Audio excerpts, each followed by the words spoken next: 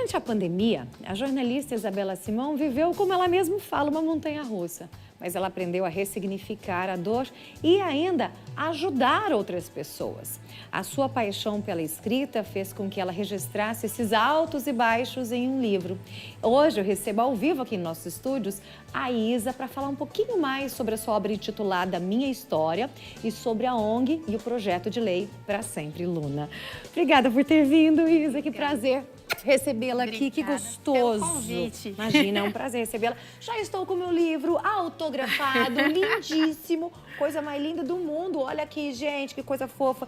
Do que se trata o seu livro? Que altos e baixos são esses? Sara, realmente foi uma montanha-russa que eu vivi em 5 anos, Tá. digamos assim. A princípio era 5 anos, né? Mas a história sempre continua, né?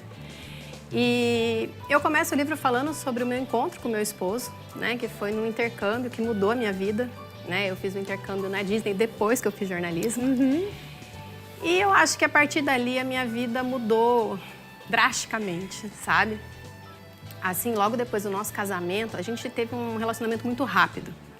A gente se conheceu, ficou 5 anos sem se ver, mas quando se viu também, 9 meses a gente já estava noivo, 1 ano casado, então foi tudo muito rápido. E aí, logo depois do nosso casamento, a gente descobriu que minha mãe estava com câncer.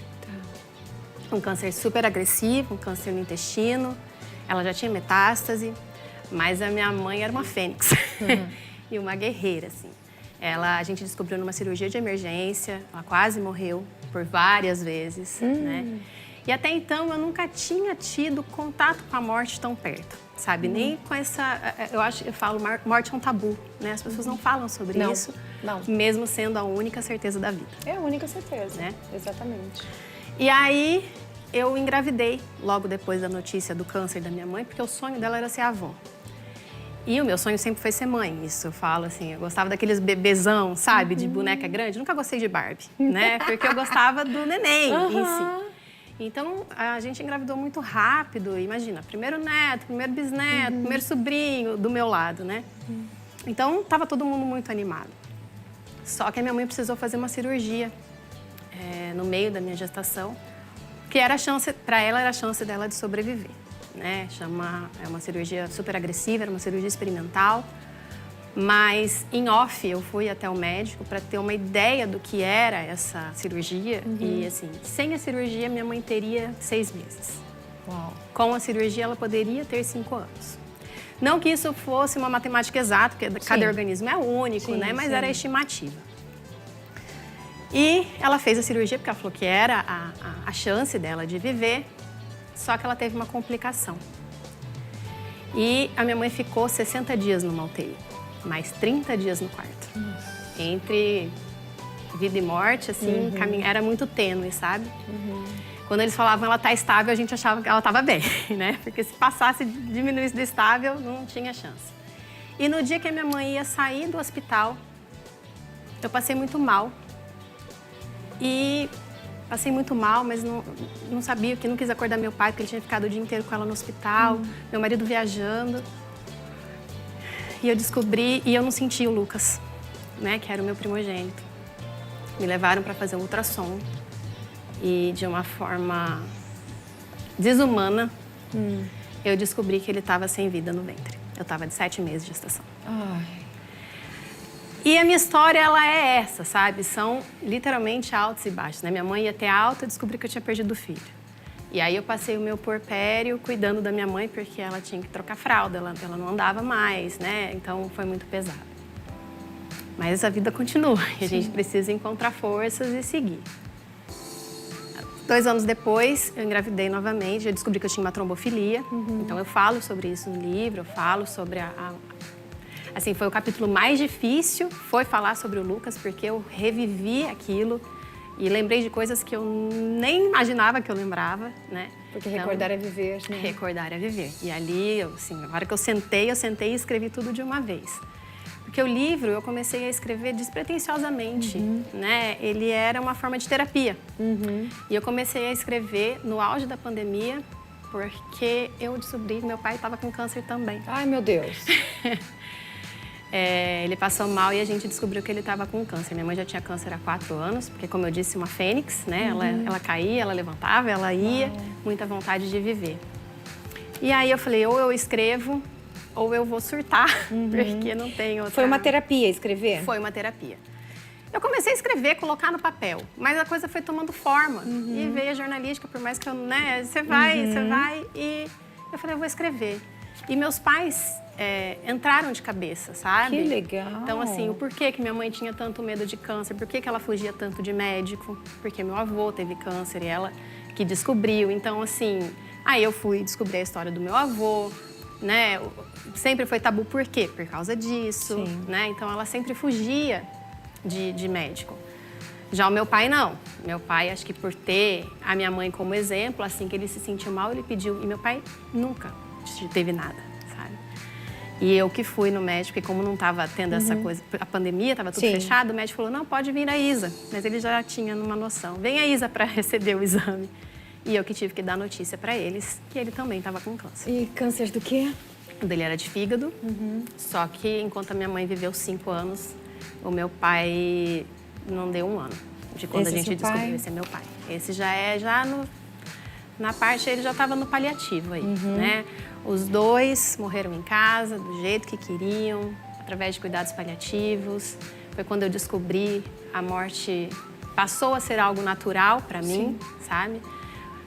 A minha mãe não queria partir de jeito nenhum, mas o meu pai aceitou. Ele foi 3 meses depois dela. Uau! Então, e ele se programou, sabe? Ele se programou. A gente, antes dele falecer, já estava até pago o velório dele, a cremação do jeito que ele queria, aonde ia ser jogada as cinzas. Então, assim, eu tinha terminado de escrever em 2020. Eu fiz, assim, do meu casamento até 2020, até a gente descobrir o câncer do meu pai. Mas aí veio 2021 e eu não podia deixar essa parte de fora, que foi muito importante para o meu crescimento, para eu entender o que é a morte, né? E quando você vive ali nos cuidados paliativos, que você passa a conversar sobre isso naturalmente, deixa de ser aquele bicho de 7 cabeças. Eu falo que hoje eu tenho consciência que a gente passa para o outro lado, mas não acaba, né? E aí eu ia lançar o livro. Eu engravidei depois, no fim do ano, de novo. Já tinha perdido o Lucas, Já tinha pai perdido e mãe. o Lucas, pai e mãe. Tá. E aí eu falei, vamos aumentar a família, né? E como eu tenho trombofilia, era uma gestação de risco, a gente já sabia. Mas eu engravidei muito rápido e tudo vinha muito bem. E aí eu falei, Luna vai nascer, terminou o puerpério, eu vou lançar o livro. Mas aí Luna nasceu prematura e precisou ficar no hospital para ganhar peso. E 3 dias, mais ou menos, antes dela ter alta, ela teve uma complicação. Ela estava com 16 dias de vida. E a bichinha é minha filha mesmo, é neta da Dona Isabel. E ela lutou por 4 dias, mas ela faleceu por uma infecção hospitalar, né? E ali meu mundo caiu. Eu imagino. A Luna, eu pincelo ela no livro, mas eu não tive condições emocionais e eu acho que Luna é muito mais do que um capítulo. Vai somente. ser um livro Vai inteiro, ter um né? livro sobre ela, sim. O ano que vem vai sair, em parceria com o meu amigo Fábio Luporini. Ele está me ajudando a escrever. E é isso, assim. É uma história que eu falo que eu encontrei no amor pelo Theo, pelo meu marido, pela minha família, pela minha história. Eu encontrei forças para superar a dor e continuar sorrindo, né? Por E isso ajudar outras pessoas. E ajudar outras pessoas. Porque o livro, de certa forma, ele já ajuda, porque ele compartilha histórias de dor. E assim a gente fala, não tô sozinha, porque às vezes a gente passa por situações e fala, nossa, só eu, olha a minha vida como é. Não, tem outras pessoas também. Mas o que aconteceu foi que, além disso tudo, depois que você passou, teve o Instituto. Sim. O que é o Instituto? Bom, o Instituto Para Sempre Luna, ele veio dessa vontade de fazer diferença. Por quê? Quando eu perdi o Lucas, eu nem sabia que existia, que bebês morriam com 7 meses na barriga, né? Pra mim eu era a única, né? Você não morreu em 3 meses, porque até o teu 3º mês é normal. E aí me você pega descobriu. isso, né? Normal não é, porque uma mãe perder um filho não é normal. Não importa. Né? Não, eu falo, maternidade não é medida pelas semanas de gestação. Não. Então, aquilo... E eu me senti muito sozinha. Quando eu perdi a Luna, eu falei, ou eu procuro ajuda, ou eu vou me afundar. E eu tenho um outro filho que eu não posso me afundar. Sim. E eu cheguei num instituto em São Paulo, Instituto do Luto Parental, que me acolheu. E eu achei aquilo incrível, sabe? Pessoas que já tinham perdido e que se uniram para ajudar outras pessoas. E aqui em Londrina não tinha isso. E eu falei, eu vou fazer aqui.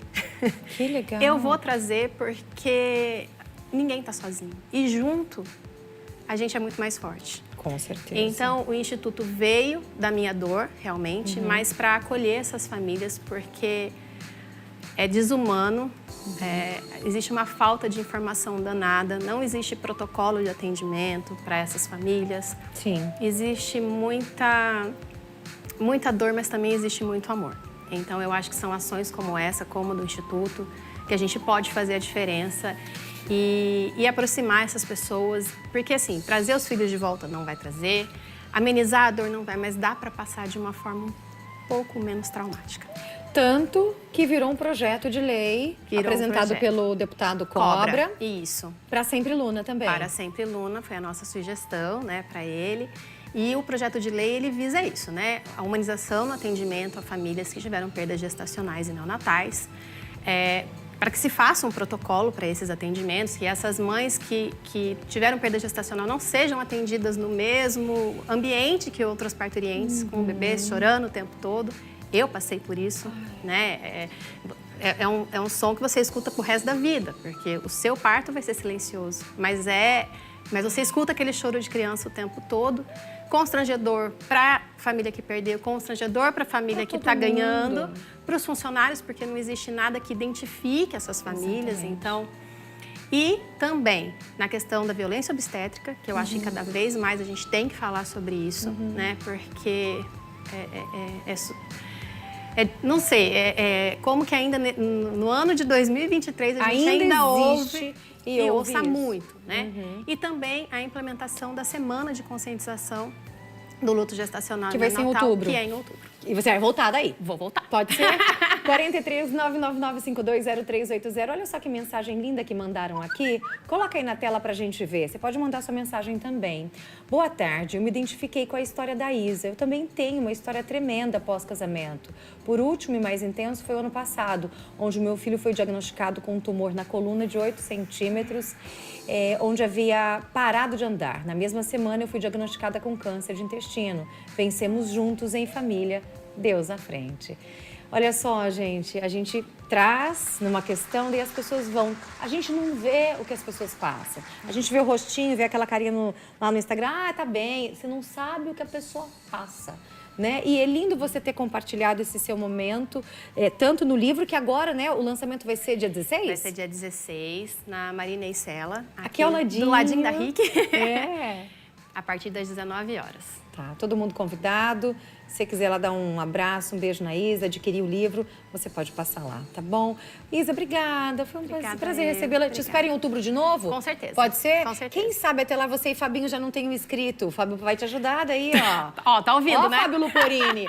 Bora escrever mais um? Não é? Não é? Vamos. Porque desse já escrevo para Sempre Luna. Viu? E vem fazer o lançamento aqui. Com certeza. Combinado já. Combinadíssimo. Ó, Fabinho, tá tudo já combinado, ó. Obrigada, tá? Foi um prazer recebê-la. Tchau.